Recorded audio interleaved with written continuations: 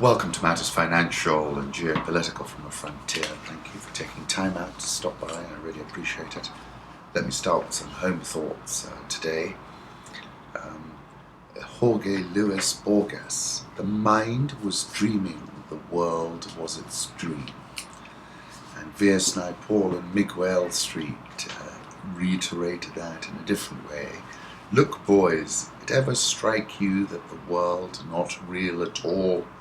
It ever strike you that we have the only mind in the world, and you just thinking up everything else, like me here, having the only mind in the world, and thinking up you people here, thinking up the war, and all the houses and the ships, and them in the harbour, that ever cross your mind? Yes, this morning I was driving through the back streets of Muthaiga, and the streets were strewn with violet jacaranda flowers, really very pretty. Let me put up a photograph of flowering jacaranda. And let me also go back to Jorge Luis Borges. You have wakened not out of sleep, but into a prior dream, and that dream lies within another, and so on to infinity, which is the number of grains of sand. The path that you are to take is endless, and you will die before you have truly awakened. Pradeep will be our next guest at Mindspeak on the 10th of October. He is the MD of Athi River Mining, Athi Cement. I'll put up a photograph of him receiving us in Tanga a few weeks ago. Looking forward to having him. That will be at the Sankara on the 10th of October. Let's move on. Macro thoughts. Look at this. Jamie McGeever. How did markets do in Q3? Terribly. 2015 could be the worst year since 2008, with only 2 out of 21 benchmarks up year to date. Political reflections. I was watching CNN yesterday and Bibi Netanyahu, and Jim Shkioto of CNN says Netanyahu has a talent for the dramatic, and it was very strange. You have this 44-second pause, and it reminded me, I think it's Laurence Olivier, aged actor. He's looking in the mirror, and suddenly he's realizing that no one else is really listening. And it kind of reminded me of Netanyahu. Al Arabiya, 11, including 6 US soldiers, killed in C-130 plane crash, allegedly shot down by the Taliban. The Taliban are apparently resurgent at the moment.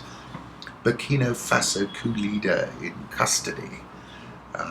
Gilbert Diendere, who stepped down after about a week in power, has been handed over to the gendarmerie. He led the September coup, called on his supporters and the Presidential Guard to lay down their arms as part of the peace deal. He said that he was willing to surrender to authorities. He was holed up in the Vatican's embassy. But the point is that the putsch failed, that the street largely repelled the putsch. That's the key thing. Quite a moment, and I think it speaks to an infinitely more powerful African street. I touched on this in November 2014 when Blaise Compaoré was overthrown. I called it Ouagadougou's signal to sub-Saharan Africa. And I said the preeminent point to note at that time was protesters achieved escape velocity. And then I said out of a population of 17 million people in Burkina Faso, over 60% are aged between 17 and 24. And I said this is another point to note. The country's youth flexed their muscles. What's clear is that a very young, very informed, very connected African youth demographic, many characterize this as a demographic dividend, but for beautiful Blaise Compaoré, it turned out into a demographic terminator. Of course, this general was an insider of Compaoré's. And I said, this new demographic is set to alter the existing equilibrium between the rulers and the ruled, and a rebalancing has begun. And I think overall, nothing to change my opinion. I like this tweet from Quegha, September 30th. It was a photograph of the Ouagadougou sky, Let me put up a photograph of General Gilbert Diendere at the airport awaiting the arrival of Niger's president on the 23rd of September. And then let's move on. Russia is saying that the Russian Air Force in Syria is deploying over 50 planes and choppers. It took me back to comments that Putin made in 1999 about Chechnya. We will chase terrorists everywhere. If in an airport, then in the airport. So if we find them in the toilet, excuse me, we'll rub them out in the outhouse. And that's it, case closed. That was him describing his counter-terrorism strategy, 1999. Lavrov was quoted by Sky News as saying, if it fights like a terrorist, it's a terrorist. Independent is talking about Russia and Syria, how CIA-backed moderate rebels were struck by fresh airstrikes as Iranian troops pour into the conflict, talking of a potential military infernos in the making in Syria. Lavrov sought to play down the notion of an out-and-out confrontation with the US and Syria, insisting that Moscow saw eye to eye with the US-led coalition, wanting only to combat ISIS militants.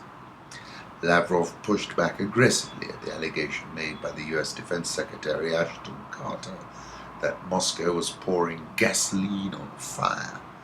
We know about many fires gasoline by the Pentagon in the region, and we believe that our position is absolutely in line with international law. Sources in Lebanon told the Reuters news agency that hundreds of Iranian troops have entered Syria to bolster the beleaguered armed forces of President Assad.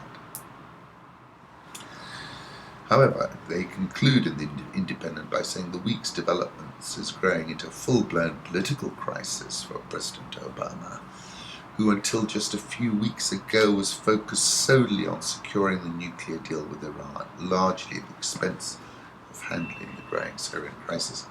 Look, my conclusions are Mr. Putin has intervened and tipped the balance. Furthermore, he has a bunch of non-Syrian assets in his sights. That's why there's a lot of squealing coming out of Ankara, out of Riyadh. Not so much squealing so far at the GCC. But clearly, he's got all those assets in his sights. He's waited patiently, and now he's got them trapped. It's like a fly trap. His model might evidently be Chechnya. On that note, let me put up two photographs from the New Yorker. One photograph is by Thomas Dvorak, and it's of Chechens celebrating the peace. This is August 1995. And the other one is called Executions, Prospect Pobedy in Grozny, November 1995, Chechen Republic. That's by Stanley Green. Fox News is quoting Krauthammer on Syria. The administration is aimless, clueless, never had a strategy, now is utterly humiliated. CSIS, well, just let's stay with that. I do think President Obama waged really sophisticated oil warfare on Russia, but I think those who counted out Putin have got to count him back in, and how. And really it has been a very dramatic intervention, hasn't it? Just that announcement giving the US 1 hour to clear the airspace was pretty dramatic, I think. SCIS is saying first Ukraine, now Syria. Russia's hybrid warfare poses legitimate threat to US interests. We've got a big number coming out today, US non-farm payrolls data. Economists are expecting that employers added 203,000 jobs in September, according to a Reuters poll. Anything above it, dollar rally. Anything below, not so certain that will happen. Let's move on now to the currency markets. The euro dollar is at 111.66, dollar index about 96.30, Japanese yen 120.12, Swissy 0.9780, pound is at 151.59, Aussie has been holding above 0.70, 0.7037, India rupee 65.656, pretty good performance when you consider that they cut rates.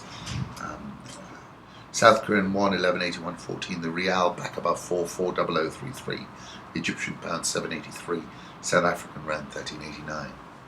Dollar index, let me put up a 3-month chart. I think it's going to hurdle 100 by year end. Euro dollar, let me put up a 3-month chart, meandering around at these sorts of levels for quite a while. Commodity markets. The commodity and credit super cycles of the past decades are broken. You can say that again, or as I said it in November 2014, when I said the commodity super cycle is dead in the water. Jonathan Ferro at Bloomberg tweeted a graph of copper versus Glencore. Get one right, you'll probably get the other. He's not wrong. Serge Berger, a Zurich-based trader at Blue Oak Advisors, says there's more pain to be had. I don't think the story's over, nor do I. Gold, last time I looked, around the 1108 level, 1108 exactly. I still think we'll see a triple-digit print, maybe not before the end of the year now. Crude oil, $45.55. This has been flatlining for a while. Let's keep an eye on it. But production has not slowed down. Look at this from Holger. Russia's oil output reaches post-Soviet record in September. Look at the chart. Emerging markets are set for the first annual net outflow in 27 years. Investors are estimated to have pulled $540 billion from developing markets in 2015. And we can see that in the way currencies have behaved and stock markets have behaved. Let's move on to Africa. Interesting piece by Jason Stearns, Playing for Time and Ultimate Power in Kabila's Congo. On September 15, a crowd of several thousand rallied in Kinshasa, the capital of the DRC, organized by opposition parties. The demonstration was protesting what it perceived as President Kabila's attempts to postpone the country's 2016 presidential elections. Albeit small and hardly a threat to Kabila, the protests rankled his increasingly skittish government. Eventually, a band of thugs, reportedly sent by the government, broke up the protests, resulting in a bloody clash with opposition supporters. This was no isolated instance. In January, government forces brutally repressed opposition demonstrations. Authorities have also arrested prominent youth activists and opposition leaders over the past year, saying the stakes of Congo's upcoming elections are high. Country's constitution bars Kabila, who has ruled the country since 2001, from running for a third 5-year term. But saying Congolese are bracing themselves for more unrest. Kabila's one-time allies break with him, and the streets of Kinshasa and other major urban areas are growing increasingly restless. Then there is a whole bunch of stuff he's meant to do before he holds an election as a prerequisite for the November 2016 presidential election. Kabila's government has insisted on first holding local elections to select mayors, councillors and administrators, and saying that basically this is the most complex the country has ever attempted, with some 8,000 seats up for grabs, saying, very risky. And if those elections fail, then presidential polls will probably be delayed. This fits with what Congo watchers referred to as Kabila's strategy of glissement, French for slippage, creating a plethora of administrative and political imbroglios requiring precious time and resources to resolve. These imbroglios include the election scheduling issue as well as the administering of a national census, which has been shelved for the moment. Another part of glissement is découpage, or cutting up, the creation of at least 26 provinces to replace the current 11. If Kabila insists on staying on, it will almost certainly stir trouble with both within Congo's fractious political elite and on Kinshasa's unpredictable streets as well. Saying alongside this political fracturing, Kabila must also manage the mercurial tempers of Kinshasa's 12 million people, most of whom are desperately poor. The church has also turned against him, according to this report. Saying Kabila, however, may be able to pivot away from Western support. Donor contributions to Congo have declined in recent years, going from 42% of the country's budget in 2010 to 19% in 2015. I didn't know that. And saying that Angola and South Africa are standing by him. I concluded by saying that you should not underestimate the street, because, as I said in my comments about Burkina Faso, it's infinitely more powerful today than ever before. and he obviously can count on Angola and South Africa, particularly South Africa. But Moise Katumbi out of the Katanga province is a very serious threat. On that note, I'll put up a photograph of the Fleuve, the river in Kinshasa, and I was there. And that night that I stayed there was this enormous storm, and it was biblical. I can't forget it. I'll also put up a photograph from Kinshasa downtown. Another photograph of the Kinshasa Stock Exchange, which is stuck from some time in Mobutu's time, and it's about 100 meters from the president's state house. It was a very interesting visit there. I learned a lot. In Burundi, we have a saying: "You cannot hide the smoke of the hut you set on fire." Angola Central Bank plans further Kwanza devaluations. The Kwanza traded officially at around 135 against the US dollar on Thursday, but changed hands at around 250 per dollar on the black market. I wrote about this on the 21st of September, where I described President Eduardo dos Santos as leveraging the balance sheet, drawing down loans to make up the shortfall, and stamping down hard on any whisper of dissent. Put up a photograph of him meeting the Burundian representative on August the 18th, and referring to an article I wrote on the 10th of August 2015. I said the end is nigh for crude oil and oil producers from Caracas to Luanda, from Riyadh to Abuja. The meltdown is coming. I quoted Kapuscinski: "If the crowd disperses, goes home, does not reassemble, we say the revolution is over." I said the revolution is only just beginning. Joseph Weisenthal: ugly electricity consumption number out of South Africa, down 5.4% year on year. Worst reading since early 2013. South African all shares up 1.5% year to date. Dollar rand, let me put up a 6-month chart. I think we'll see fresh lows in 2015. Egyptian pound, well, that's a false market at 783. Got to look at the forwards. Egypt EGX 30 down 18.1% year to date. On the 21st of September, we're still waiting for the appointment of the cabinet. I said President Muhammadu Buhari has made the calculation that he needs to drain the trough. He is Mr. Forensic Audit. Nigerian all shares up 4.509% over the last month. Interesting. Ghana Stock Exchange Composite Index down 11.54% in 2015. Coming to Kenya, FT reported strong Kenya GDP allays concerns on fragile public finances. Basically on Wednesday, Kenya reported an annualized growth rate of 5.5%, slight dip from the 6% recorded in the same period last year. On a quarterly basis, the economy grew a seasonally adjusted 1.7%, compared with 0.6% in the first quarter. When set alongside Nigeria and South Africa, which recorded growth of 2.57% and minus 1.3% respectively in the same period, Kenya is positively purring along.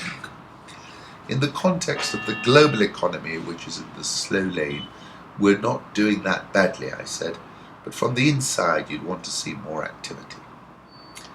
The central bank governor basically, I think the economy is going to slow down quite dramatically. I said the slowing effects of the central bank's decision to raise interest rates by 150 basis points in June and in July are starting to be felt. All my forward indicators suggest the next quarters will be sub 5%. IMF is looking for 6.5%. I'm hearing, for example, that imports into the region in the third quarter are 15% down on a year ago. And I also said that the government should do more to pass on the benefits of low oil prices to consumers. Think what people could do with an extra $1 a day in their pockets. And then on the same results, I said this is definitely better than I expected, but as I've said, I think it's going to top out. Unga reported full-year profit after tax accelerated 31.1%. Turnover was up 10.1%. FX losses up to 186.4 million from 15.75 million. That's been a common theme. across the board. They booked some gains from the sale of a business, which was helpful.